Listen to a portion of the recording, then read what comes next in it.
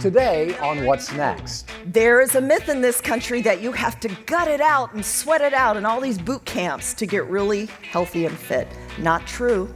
I think the main thing is the camaraderie. I think that it gives us a community. It gives us a sense of belonging and getting to do something that we love to do. I just think that love note would trigger a memory deep down inside on one of her good days.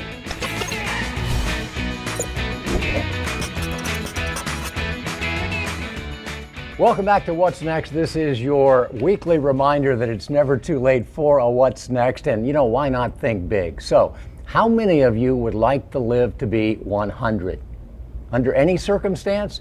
Well, that really is the question, isn't it? I mean, who wouldn't want to if we were able to be active and happy and healthy?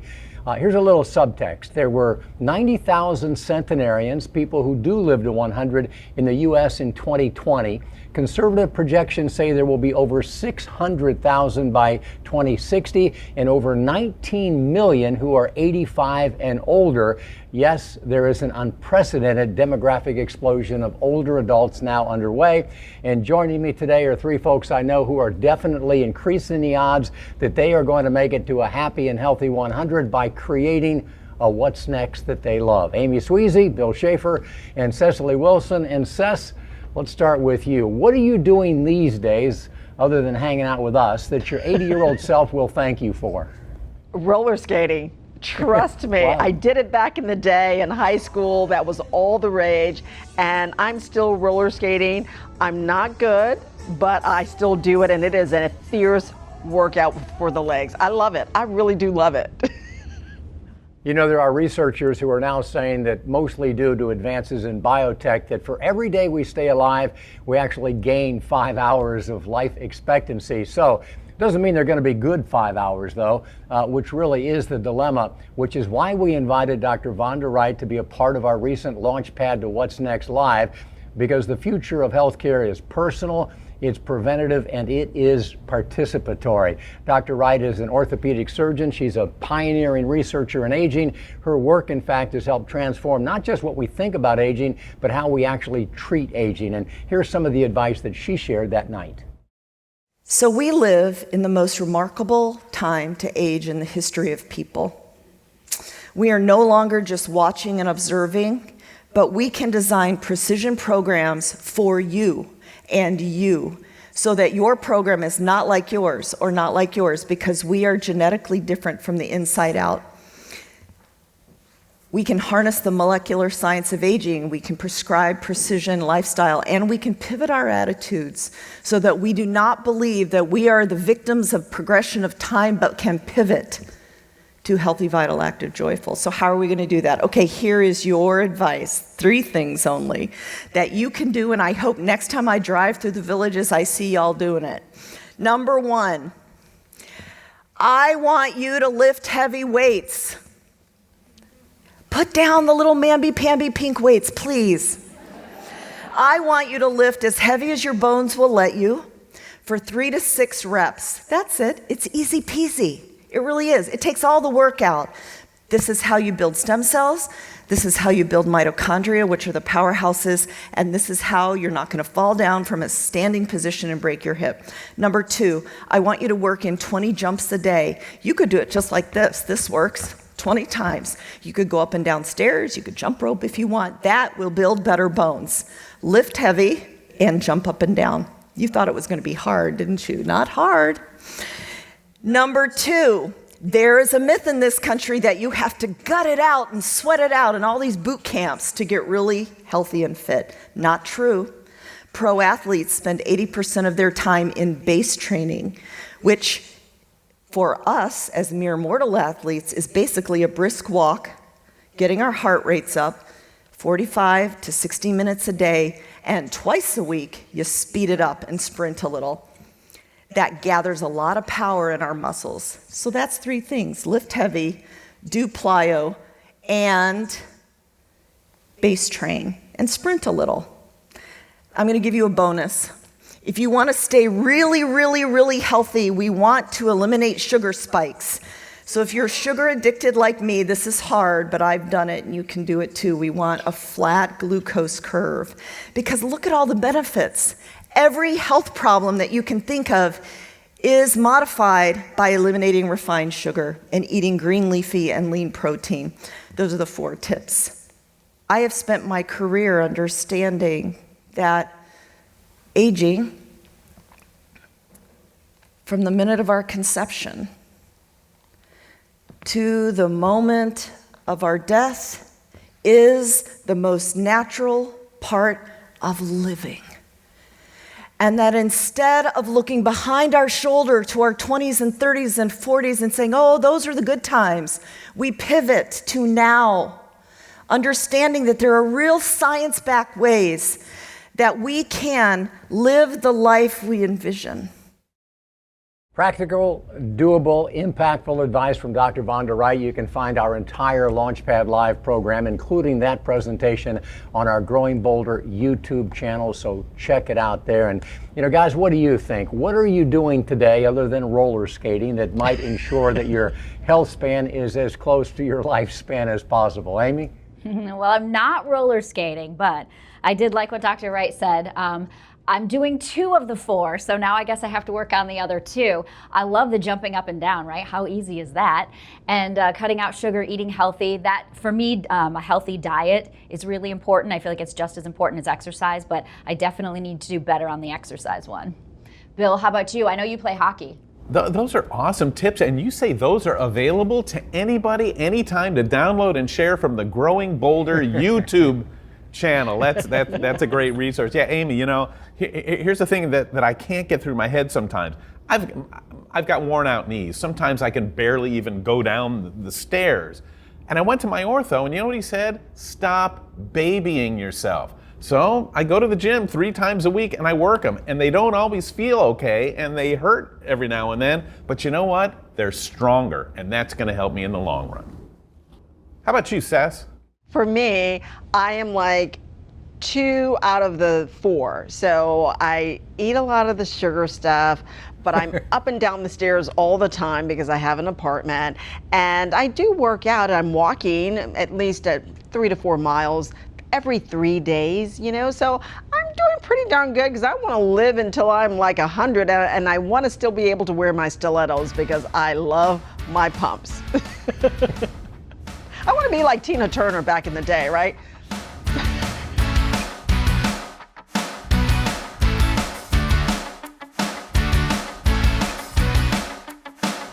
What do most people get out of doing what you do, participating like this?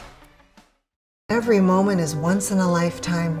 I love that. But when we can't be together, it's hard to share those moments. That was before I found an easy way for Mom to connect with us. Oh, the memories. Their first date, to summers at the lake, to ball games, to birthdays. It's all shared with her grandpa. And that brings me happy tears.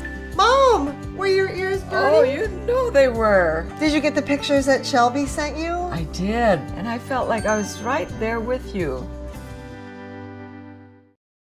Life is about transitions, and there is an art and a science to navigating them. They're about shedding what matters least so we can focus on what matters most. And that's why Growing Bolder is thrilled to partner with Caring Transitions, the nation's most trusted total solutions provider for seniors in these times. Whether it's home cleanouts, downsizing, relocation, estate sales, and so much more, one call handles it all. To get started with a free consultation, visit caringtransitions.com. Welcome back to What's Next. I'm Amy Sweezy. Now, of the nearly 12,000 athletes that competed in the 2023 National Senior Games, one of the most recognizable faces might have been Damien Leake. You know who this is? The actor? He is the world's fastest man over the age of 70. He broke the world record in the 100-meter dash. And Mark caught up with him on the track in Pittsburgh, where he took gold in the 50, 100, and 200 meters. Of course, for the vast majority of us, there's going to be no world records, no records of any sort. But what do most people get out of doing what you do, participating like this? I think the main thing is the camaraderie.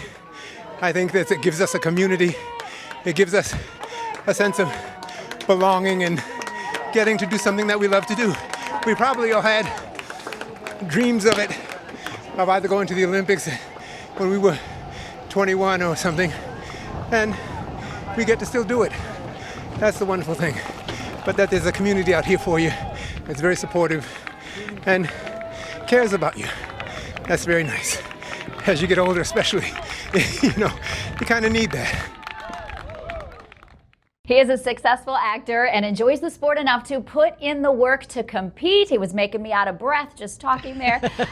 He's training. He's a world champion sprinter. So, Mark, you got to meet him and talk to him in person. What do you think that makes Damien Leake such a unique guy? Well, it's his humility, I have to say. I mean, here's a guy willing to talk to us, 10 seconds after he wins the gold medal, out of breath. You'd never know that he was in Serpico and Death Wish and Apocalypse Now and Cotton Club and The Great Debaters and Boomtown and Scandal and Assisted Living. And even though he is the fastest human who has ever lived over the age of 70, he gets his greatest satisfaction these days, he says, from volunteering as a coach for kids.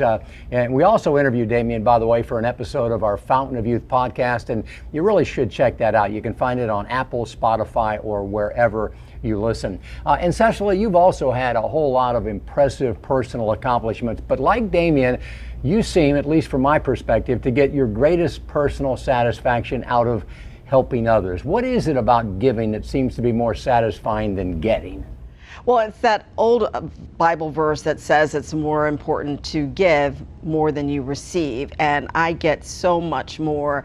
I find myself just getting the joy of just seeing someone else smile and someone else's life being more fulfilled because I was able to do something to impact their lives. And so at the end of the day, I know that I get more blessings than I actually even probably deserve just by giving to others. And I love it. That's why I love Rotary. That's why I do what I do with my nonprofit and why I continue to give more and more every day. When I did open the gate, she was the first one through, and she went straight for that sewing machine. We're not made to withdraw from life. We're made to seize each moment and to value every breath. We're made to be bold, to take risks, and pursue our passions. Don't identify with limitation. Embrace possibility. Stop growing older. Start growing bolder. Find your what's next at growingbolder.com. Welcome back to What's Next. I'm Bill Schaefer, and man, memories are odd things, aren't they? This is a story about an old sewing machine that's more like a time machine for one woman because it brought back memories of sitting on her grandmother's lap. She wanted a machine just like the one that Grandma had when she found one on an online sale by an organization called Caring Transitions. That's a company that specializes in helping seniors relocate, downsize, and hold estate sales. So she reached out.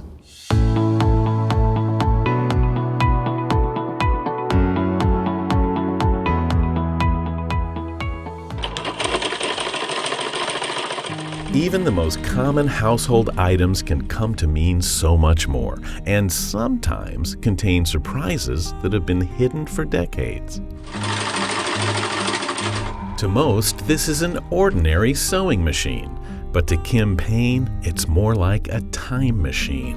When she was a child, she would sit in front of one just like this with her grandmother. And just seeing it began to stitch those faded memories back together. The sound of the bobbins, the smell of the motor triggered something. The echoes of so many precious moments flooding back crystal clear. My grandma sewed all the time. She made quilts and clothes. She made clothes for all of us grandkids. I was probably around 10 years old when she finally loaned me her old Singer sewing machine that I could take home. That's when it really took off. I just sewed constantly. I couldn't even sleep at night. I couldn't shut off my brain because I just wanted to get out there and sew. Years later, I asked my aunt about that machine, and she said, well, Grandma sewed it in a garage sale, which broke my heart. I tried to track it down on Facebook, and I wasn't having any luck at all. She had just about given up hope until she saw this. It was perfect, the right model, and it still worked, and that was important to Kim. She didn't want to just stash it somewhere. She intended to use it, to carry on her grandmother's passion, and there it was, for sale by Caring Transitions, a company that specializes in senior relocation, downsizing, and estate sales. So she reached out to Tia Dunlap. We were doing a large sale that was for a family that the father had passed some time ago, and the mother was actually moving into a memory care. She instantly was, when I did open the gate, she was the first one through, and she went straight for that sewing machine. I didn't want anybody to get there ahead of me. I even put my hand on it. I knew that it would make me happy, and it did make me happy. It's so beautiful. And I decided I was going to make a shirt off of it. And I think of my grandma when I wear the shirt. I think of this sewing machine. And I think of Betty, the owner, who I know she loved it when she used it. So I know this machine has made a lot of people happy. About a week later, I got a letter in the mail from her, and there was a small green little piece of construction paper that said, "I love you."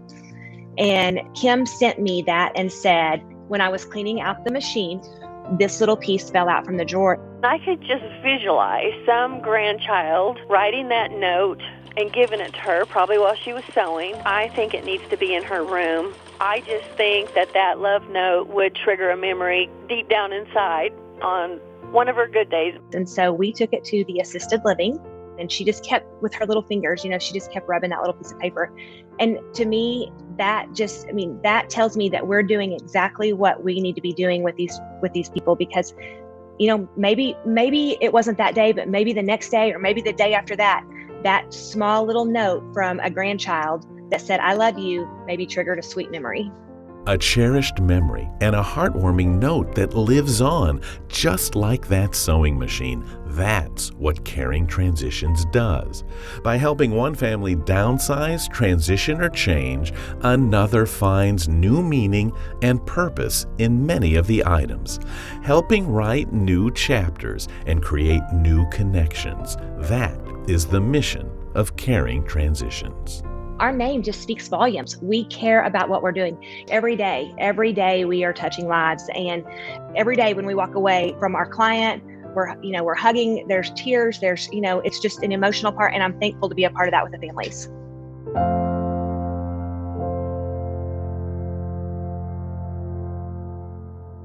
Caring Transitions, what a great story, right? It was a win for Kim and for the original owner of that sewing machine. And I know it can really be hard to get rid of all of our stuff, but sometimes if you think about it as sharing or passing along, it can make it seem a little bit easier to do. Cecily, I know you've done a little bit of downsizing recently. How hard is it? How did it go for you? Oh, sharing is caring, but it was very, very, very hard because my entire storage unit was filled with things that I love dearly, from my children, my marriage, all of the things that I really wanted to kind of keep, but I literally had to get rid of it. And once I did it, there were some emotional moments in there, but once I did it, it felt like a weight lifted off my shoulder, and it felt pretty darn good. So those moments, the things that I really wanted, I kept, but the emotional moments made me cry a little bit, and then I moved on.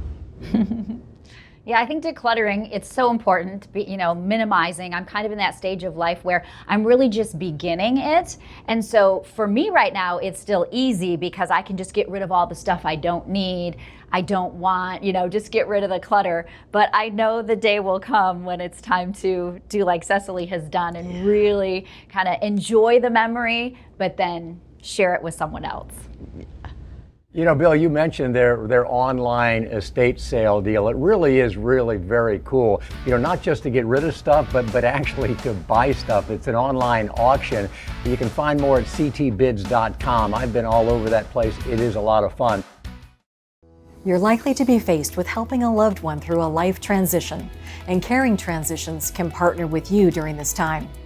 We offer a customized approach to each individual for downsizing, home cleanouts, estate sales, online auctions, and more. With more than 280 locations nationwide, our experts are here to provide compassionate care and help you manage it all. Learn more with a free consultation at caringtransitions.com. Every moment is once in a lifetime.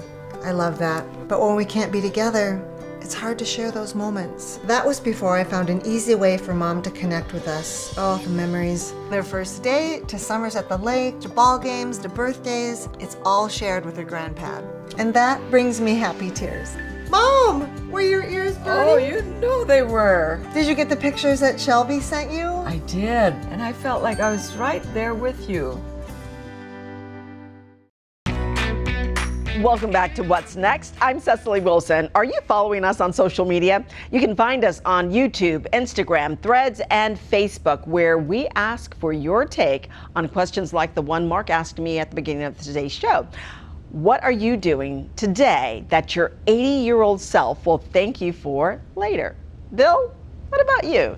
Wow, that's a hard one. I hope you don't think I'm dodging here, but I think my answer is I'm just living with more intent, especially for the question. When I was 40, I never thought about what I would need at 65. You kind of go through life thinking things are just going to work out, and they could have worked out better if I would have thought then what I might need now. So just considering the question, I hope really helps me between now and 80. Amy, how about you? Yeah, I think when I'm 80, I'm going to be very thankful that I learned the growing bolder attitude on aging, and I learned to defy the stereotypes of aging when I was 50 instead of waiting until I'm 80, because I think I'm going to have a whole different kind of life at 80 because of changing that mindset early on. You know, this may be too granular and too personal, so I apologize, but I'm working on a more of and a less of list right now. And right now, the more of list includes drink more water, get more sleep, lift more weights. And the less of list includes eat less cheese, eat fewer cookies, and spend less time on social media, because the interesting but time-wasting stuff to look at is absolutely endless. And folks, all of this is important because the average lifespan at birth is about 78, but the average health span is just 66. And that means that the normal American is going to spend a median of 12 years living with a disability or a serious disease. And if you look at these statistics globally, the U.S. now ranks #1 in healthcare expenditures per capita. But stunningly, we are only 68th in healthy life expectancy. We can live longer, and more importantly, we can live a whole lot better, but we have to start doing things today that our future selves, our 70, 80, and 90-year-old self will actually thank us for. Well, thank you for spending time with us, and we'll see you here next time.